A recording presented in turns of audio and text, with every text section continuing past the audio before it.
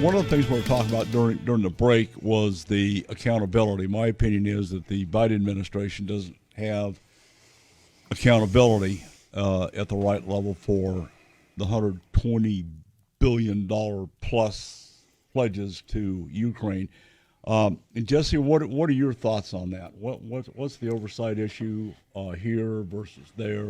What do you see?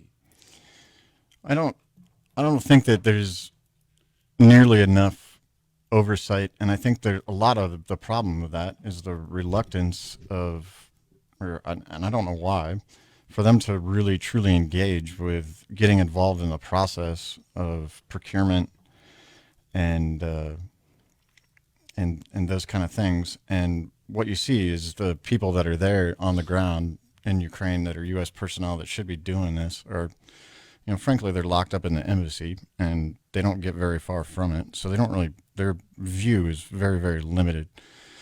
And this is the view that's being transported back to Millie and Austin. Yeah, absolutely. We got a big problem with those two guys. I'll just tell you right up front. Yeah, I mean, it's an issue because they don't.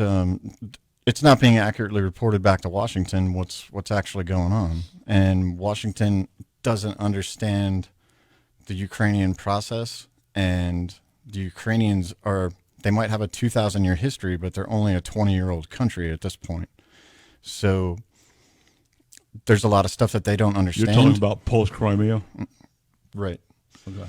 And because of that lack of understanding that they have as being a new nation, that gets perceived by the American public, I think, as corruption, and it's not. I've never had any issue, and I've worked at some of the highest levels of the government where they haven't been completely transparent with anything that I've asked them to show me.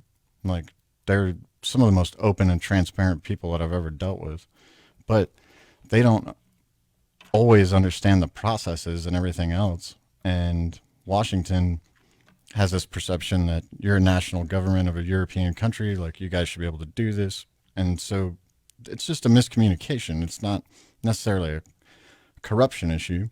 It's just a matter of there's genuinely people don't know how to do certain things. And instead of saying, I don't know how to do it, it just gets stagnated.